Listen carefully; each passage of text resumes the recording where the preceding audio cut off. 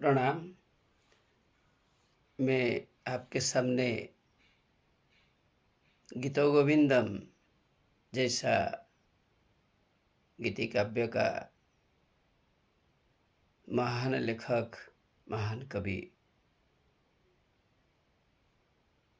श्री जयदेव जी को प्रणाम करता हूँ।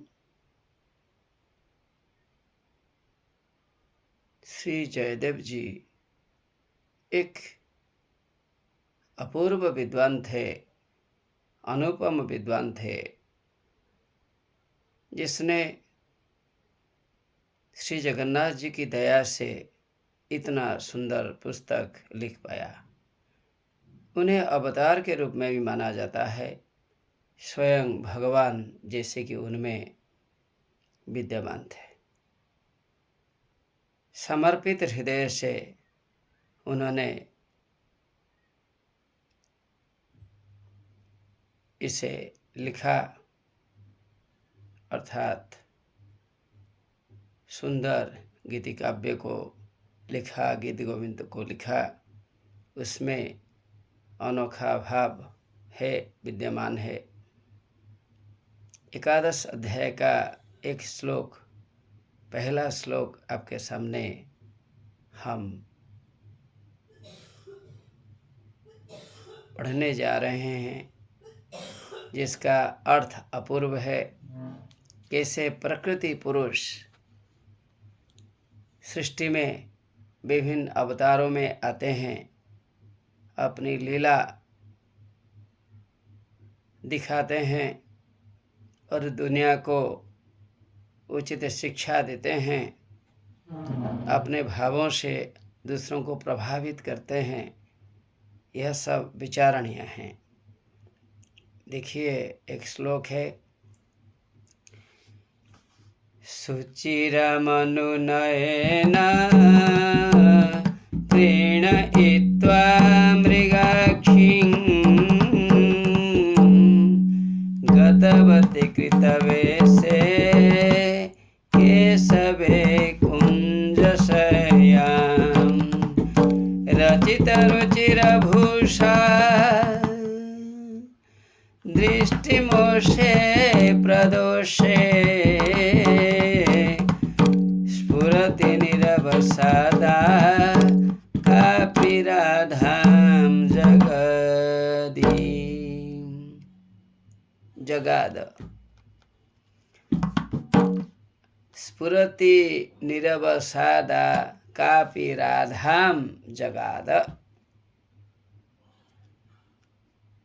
यहाँ यह बतला गया है कि श्री कृष्ण माँ श्री राधा से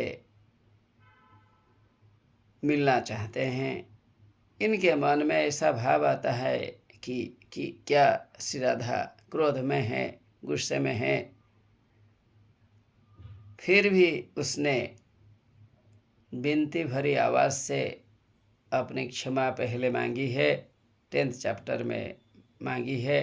11th चैप्टर में जब किसी नायक ने क्षमा मांगी है, अपना स्नेह भाव प्रकट कर रहा है। क्षमा कोई दोष नहीं है, यद्यपि दोष हुआ होगा, अपने दोषों को विचार करते हुए उसने क्षमा मांगी है। श्री राधा न समझे कि कृष्ण उद्दंड है, दुष्ट है, अस्वाभाविक है। वह सच्चे हृदय से श्री राधा से प्रेम करते हैं, यही भाव वह दिखाना चाहते हैं। श्री कृष्ण कहते हैं और प्रमाण के रूप में श्री राधा से मिलना चाहते हैं। और श्री राधा के मन में भी परिवर्तन आया है, वह भी श्री कृष्ण से मिलना चाहते हैं। सखी पास है, सखी को उसने कहा नहीं, लेकिन सखी को यह बात समझ में आ गई है कि श्री कृष्ण आने वाले हैं जिनसे मिलने के लिए कुंज वन में श्री राधा जाने वाली है। और यह सच बात है कि श्री कृष्ण साधारण वेश में नहीं आते हैं, वो सजावट के साथ आते हैं। जैसे कि अपने सुंदर मुकुट में विभिन्न प्रकार की अनमोल चीज़ें रहती हैं, और मोर का पूंछ तो रहता है, और वनमालाओं से सुशोभित होते हैं, हरिद्रा रंजित वस्त्र से सुशोभित होते हैं, और स्वाभाविक ढंग से वह आते हैं। एक अनुपम व्यक्तित्व को धारण करते हुए वह आते हैं। कोई प्रियतम अपने प्रिया से मिलने के लिए अवश्य सजावट को ध्यान देते हैं। सजावट व्यक्तित्व को दिखाता है, सजावट व्यक्तित्व को दिखाती है। इसलिए हमें सजावट के साथ आए तो इसमें कोई दोष नहीं है।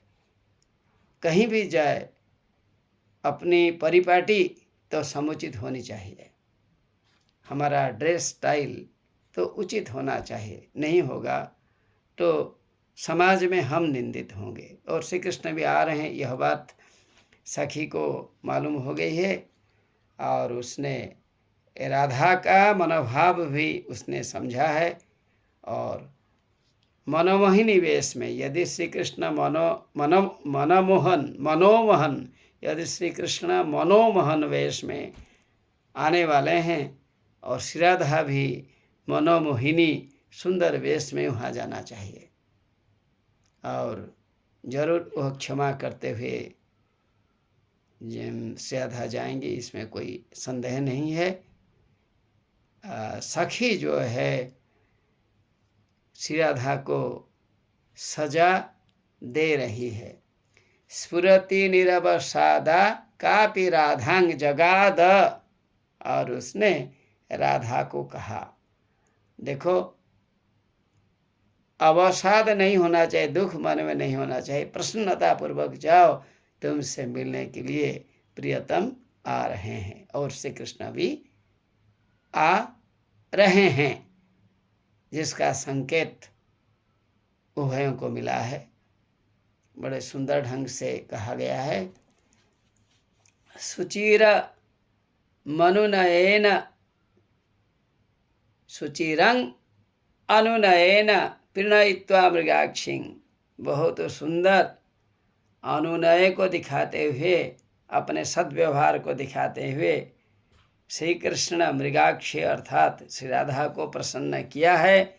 श्री राधा भी भूल गई है दोष को या दोषों को, यदि भी होगा, और अपने सजावट के साथ श्री कृष्ण आ रहे हैं।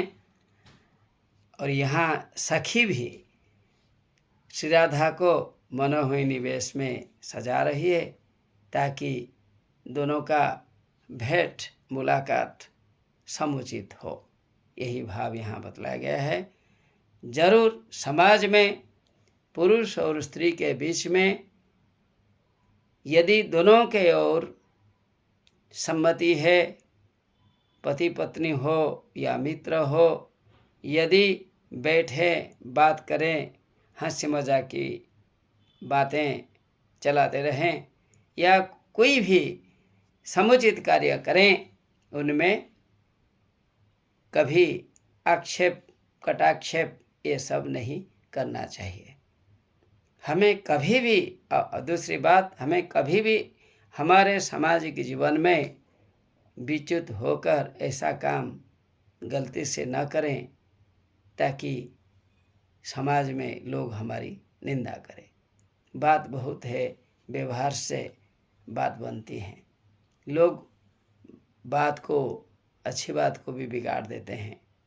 तो आप अपनी मानसिकता के साथ सभी सहन करें, लेकिन अपना जो अपनापन है, निजत्व है, आप उसे न भूलें। आप नित्य प्रेम से जीवित रहे, नित्य स्नेह श्रद्धा से जीवित रहे। यही बात को यह श्लोक हमें बतला रहा है। श्री कृष्णाय नमो नमः, श्री राधायै नमो नमः। सभी को प्रणाम।